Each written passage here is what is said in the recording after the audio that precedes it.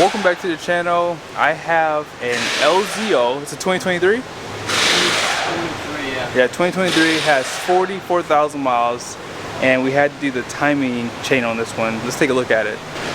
So this is Brian. He's one of the master techs here, and he's just going to kind of explain what he had to do here. Yep. So we just had some timing chain rattles in the back. Every time that we would give it throttle, you could hear it just rattling back there. And the timing chain stretched so that to the point where the tensioners weren't able to take up the slack anymore. So went ahead, pulled the cab off, pulled the transmission back, got the rear cover off. You had to pull the transmission back too? Yep. Oh, wow. So you had to unbolt the trans, move the whole thing back to get to the chains. Wow. Replace those. But it's a lot of work. But is that the chain down there? Yep. Yep, so there's actually two of them. There's one that goes from the crank, I believe it's this one that goes from the crank to the injection pump, and then one from the injection pump to the cams. Okay. And then the oil pump is driven off of a belt back there. Did you replace that as well? Yeah. Gotcha. Now, do those ever have to be replaced if you don't have any? So the belt is 100,000 miles. Okay. It's just a maintenance item. Okay. Gotcha. Yep. Yeah, so in order to get to these chains, you gotta pull the cab. Yeah, I mean, you don't have to, but it's not worth it. It probably takes you, well, it's still a lot of time to do it, but it probably it's just easier for you since you're already in the shop. It makes sense. Yep. Gotcha. Now, how many have you seen so far of these coming in? 3. Yep. Okay. So we've done 2 of them. Normally they'll set a code for timing or cam correlation codes. Okay. This is the only one that we've done for a noise so far, but we have seen enough of them stretch that we've done 3 of them.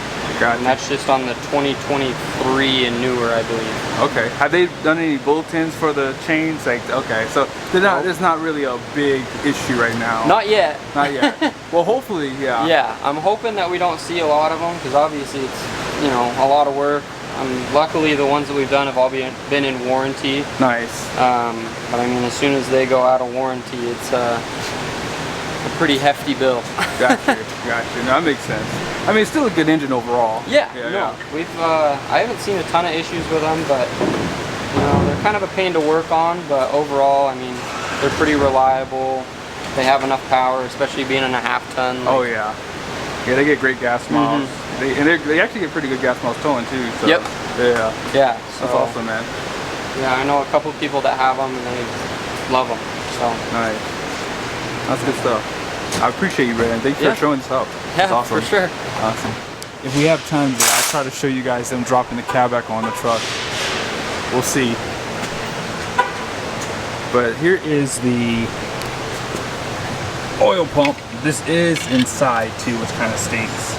But I guess whenever they do any major repairs like this, they just go ahead and just take this off, replace it while they're already there. So it's something to consider if you do need to get any major repairs done, that they go ahead and do this for you as well.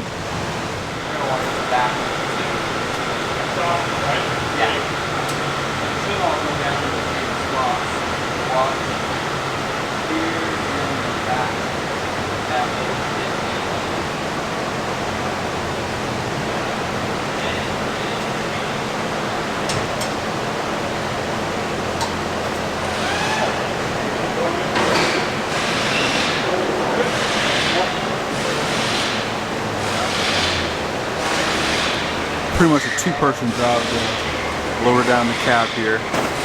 That way we can check, make sure everything's good to go. Gotta plug everything back in. Gotta make sure everything's aligned. Hopefully in the future, if I have a chance to, I'll try to come back and film them taking everything apart too. I'll ask to make sure if you get another one in, we can do that.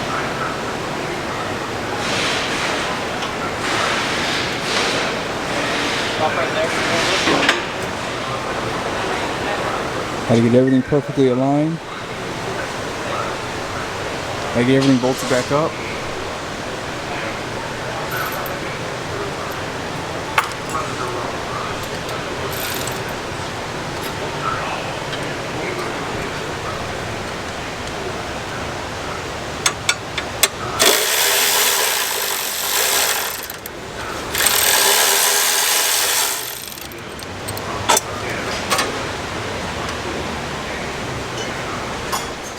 Okay, stop.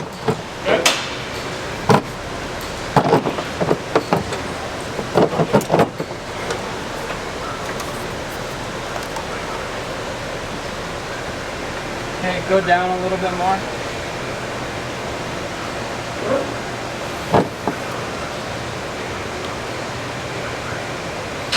Keep going.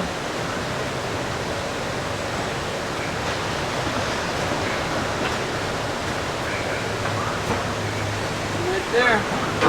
Body's on. Yep. I remember when the LM2s first made their way to the dealerships back in the day. And one of the techs pulled into the engine bay because he wanted to check out the new engine.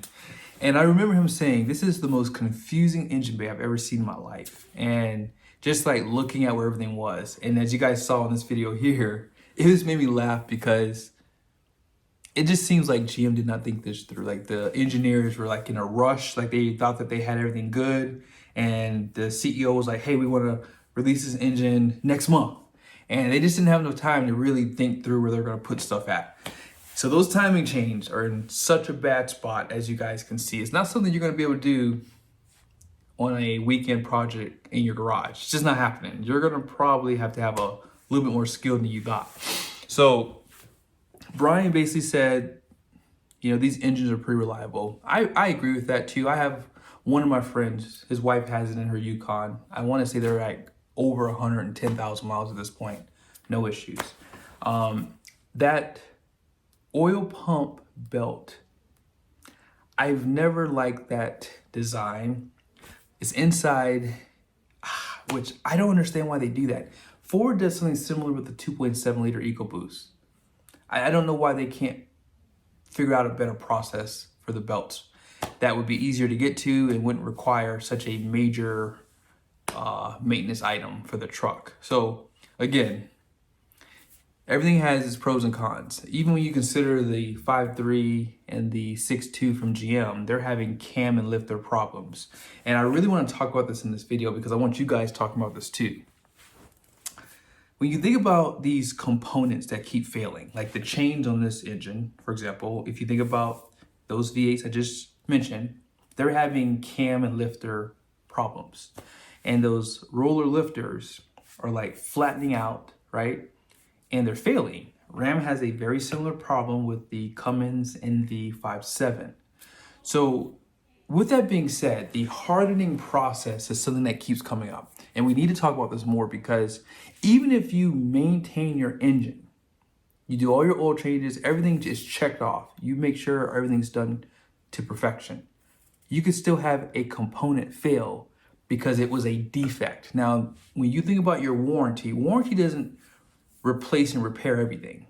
So in that case, right, I almost wonder if the manufacturers need to have a sit down talk with these companies that create these components, because if you're maintaining your engine, why should you have to pay for it to be replaced if you just have one part of it go wrong?